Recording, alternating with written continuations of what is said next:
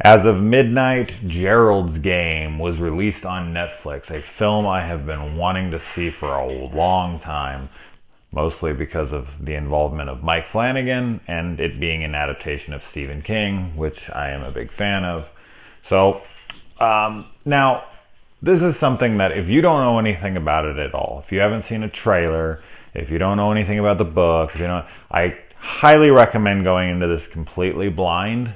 I think that would help at least a little bit with it. Just not knowing anything is I've always said I think that's best anyway. But I think it would definitely help with this. If you need to know something to see if this is your kind of film, this is a pretty slow burn character piece survival story, almost one location kind of thing. So if that's not really a thing, like maybe like a Frozen, not the Disney one, obviously, like the guy's stuck on the chairlift, or like Open Water 2 and they jump into the water and they can't get back out, and they're trying, just kind of one of those kinds of things where someone is stuck in a predicament, and they have to try to survive. So if those are your kind of things, this is a really, really, really good movie. But as I said, it's very slow. And it's almost one location and mostly one character. So if that's not your thing, maybe you'll not be into this, but if it is, try to go in blind. Now, getting into the film itself, I'm going to talk spoilers because I read the book about a couple weeks ago. I started it just to read it for this. It was one of the books I hadn't read yet, and I wanted to get it done right before this. So I finished it about 5 days ago, just so that I could get myself, prepared for this. So I think that the most important thing with this film, and what was really going to make or break the hinge of this film, was, was Carla going, I don't know how to pronounce her last name, so I'm not even going to try to say it. Did she give a good enough performance? If she didn't, this film was going to fail, and she just was fantastic. I mean, that's really just the first and most important thing to say here. Absolutely she had to nail this. She had to give so many different kinds of performances here. Because obviously she's, not only chained to the bed as herself, but she's also talks to herself as somebody else, someone stronger, so you kind of get to see different roles here. I knew that this film was going to be hard for me to watch. Being a father of daughters, I was, having a father take advantage of his daughter's trust, especially such a young kid. It's very, very difficult for me to watch.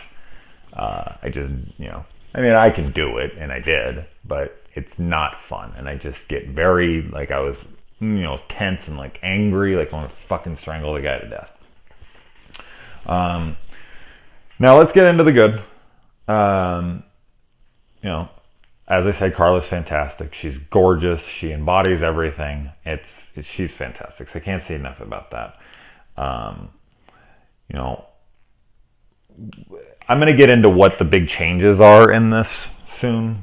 But, the hand scene, when she cuts her hand and she's pulling it out, that was fucking gruesome, man. I was wondering how gruesome they were going to make that, if they're going to make it. Reading it was hard to read. I mean, just the blood and the, just the cutting of the wrists and all that. And I can handle that stuff, but written word for some reason with slitting wrists and the descriptions of tendons, and it's a little tough to read. So I was curious on how hardcore this would be, and man, it's fucking gruesome, and I loved it. This movie's beautifully shot. Man, such great cinematography. It's just gorgeous to look at. You have such a gorgeous woman laying on a bed, in a slip, and everything is beautiful around it. And it's, kind of ironic because it's such a ugly situation. So it's beauty and ugliness all going on at once. Now, let's get into bad, because mostly everything I have to say, good or bad, has to do with changes in the book. So bad, I feel like she's just a little calm at first. Like she kind of like loses it a little quick. Now, I'm not saying that might not happen. It just did feel a little quick. And this whole film felt really quick.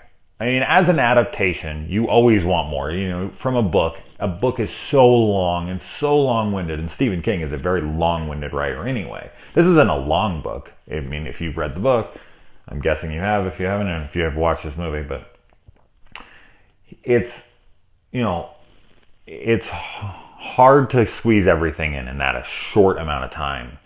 And so things really move along at a brisk pace. And that also gets to my next negative. Like, I feel like it doesn't feel like she was there that long, like in the end.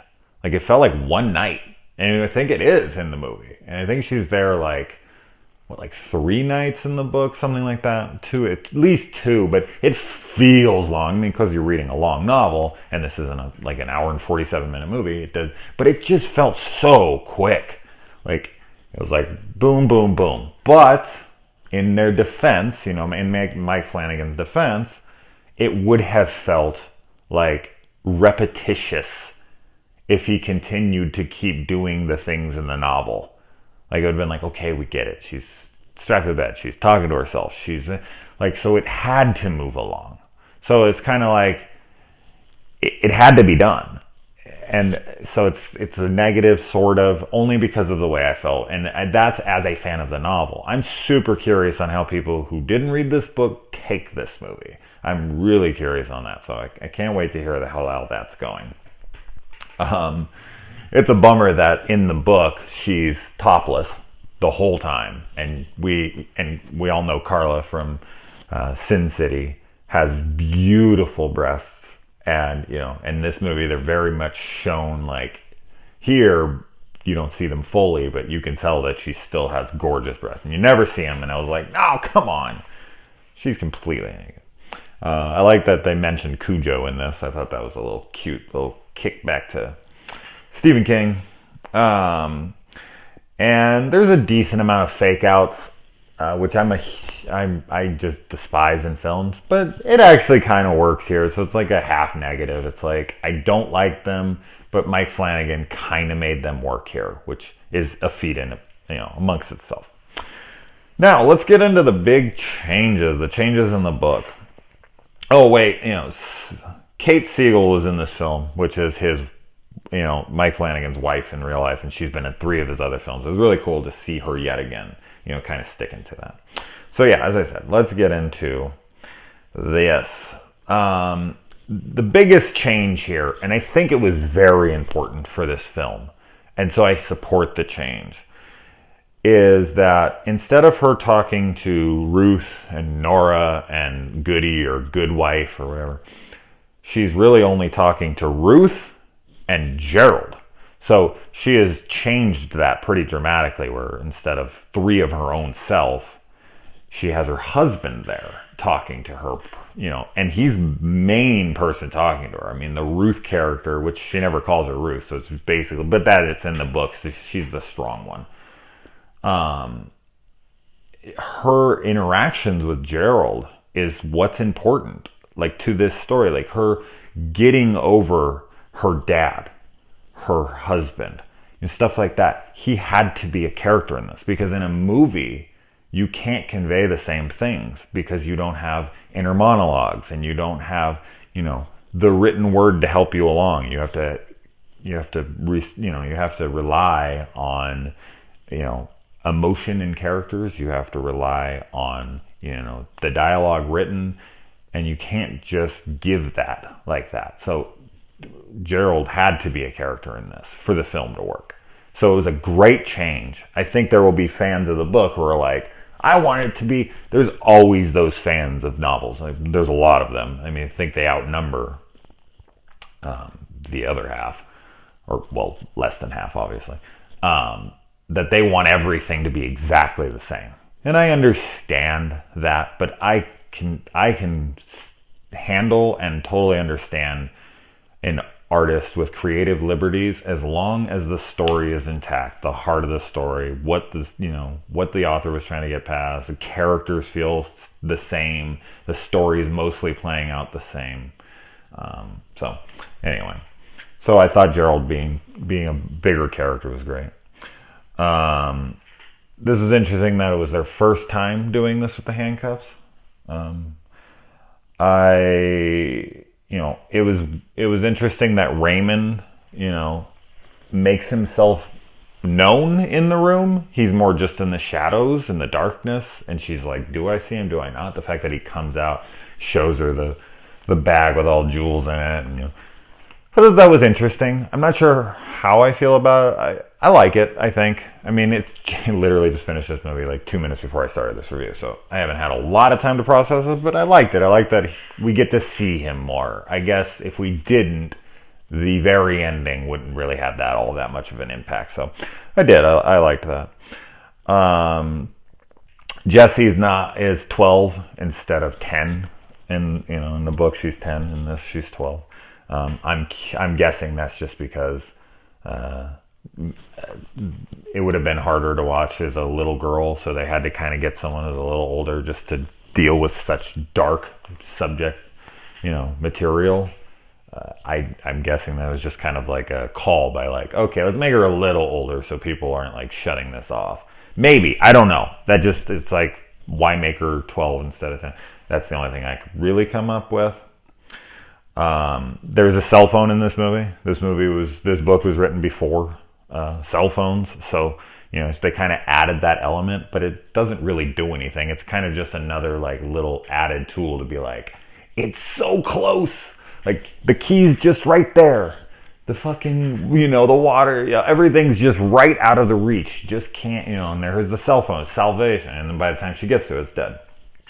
So I mean, it didn't change anything. It just was there to add a little bit more attention. Her father, only masturbated in this. He didn't touch her. And yet again, I want to say that's probably just another move of like, we can't have him groping a small girl's crotch or her body or anything. Like, that'll make people uncomfortable and want to turn the thing off. Not that him jerking off behind her, they don't really make it like he's jerking off. Like, you can tell he is. It's kind of like a Norman Bates moment in Psycho where it's like, what he's doing. I mean, they added the Vince Vaughn one in the remake, like he's actually jerking off, but in the original Psycho, it's more just implied. In this one, it's kind of like a in between those two, where it's like you kind of see his arm moving a little, or like his shoulder moving tad. So that was interesting, little change there. And the lawyer friend is completely cut out, and I understand that you can't introduce a new character of that great of importance. I think if I saw correctly, she was like maybe marrying him at the end. I don't know. I kind of thought I saw it so quick. I was just like, wait, what was happening there? So yeah, he's cut out, and instead of her, getting to a bar or wherever she gets at the end, she wrecks the car, kind of just adding to the chaos of this entire event, which I thought was fine. I didn't mind that she didn't get there, because they just needed something to cut out the person. Like, it just was that last, like, oh my God, is she gonna die? I think it's just for people who didn't read the book, like, is she gonna die? And it actually made me think for a second, like, they're not gonna kill her in this, are they? Jesus, that would be a huge change. I don't know if I could get past that. And finally, I mean, basically the book is a letter to Ruth. And in this movie, she's writing the letter to her 12-year-old self, Mouse. And, and this movie is just all about coping with things that have happened to you and basically getting over inner demons. I mean, that's what the book is about too. But this film illustrates that just a little bit more. I like how at the very end, like you look up in the sun, like the eclipse ends and the movie ends. It's kind of like her nightmare's over. She's let it all go. She goes into the courtroom and she sees that it's Gerald, and she sees that it's his father, and she sees that it's Raymond, and she sees like all the men who have betrayed her. She's confronting them. She's taking her power back. And when she leaves behind the memory of the eclipse. You see the eclipse end, and she's just, washed it away. She's started anew. She's shed her skin and started a new life where she's helping people and she's being honest and she's not harboring such horrible secrets any longer. Which is just, I mean, it was great to watch. So, yeah, I mean, I think that the last thing I want to say is that I'm surprised, honestly, like watching this movie, or especially reading the book, I am shocked that, Lifetime didn't jump on this film earlier. Like, this movie is a straight up Lifetime film. Now, this film is way better than what Lifetime puts out. But the story, the kinds of stories that Lifetime likes to tell is Gerald's Game pretty much incarnate. Men are scum and women are warriors who are going to get through it no matter what and overcome the odds. Like, this is a Lifetime movie waiting to happen. And we're lucky enough because instead, we basically got that, which was Big Driver. I think that was Lifetime. Did they do that one? I'm pretty sure they did. But if they did, no, it did. That's basically what we get. And that's not a great movie. It's not the greatest story either. And I don't really like Gerald's Game a ton either. Like, I thought it was fine. I'm not a big fan of this book, but I liked it. And I was really curious on how it would translate over to film because I thought it would kind of get boring. But Mike Flanagan is a master, man. I mean, this is 6 for 6 now. I've liked every film of his that I've seen. And this is no exception. He is just a master filmmaker. He knows what needs to stay and what needs to go. And he really kind of just broke down this novel. He took out the most important elements. He ditched some that just wouldn't transfer over. And he added things that, are important for her rediscovery and her, getting over her trauma. So, anyway, if you have read this book and if you've seen this movie and everything, let me know your thoughts. I'm curious, as I said, if you watched this movie, I'm hoping by this point that you watched this movie. You didn't watch this without seeing the film and not reading the book. That would be stupid. But if for some reason you did and you just kind of like it all being spoiled for you, I'm very curious on what people think who haven't read the book. I'm gonna be keeping my eye on the reviews and whatnot for this. So anyway, I'm so glad I finally, there's been a lot of great adaptations this year for Stephen King. Gerald's Game, It, Mr. Mercedes, we got a couple duds, but we still have 1922. This has been a really good year for Stephen King adaptations, and I look forward to talking about 1922 on October 20th. So, all right, guys. Good night.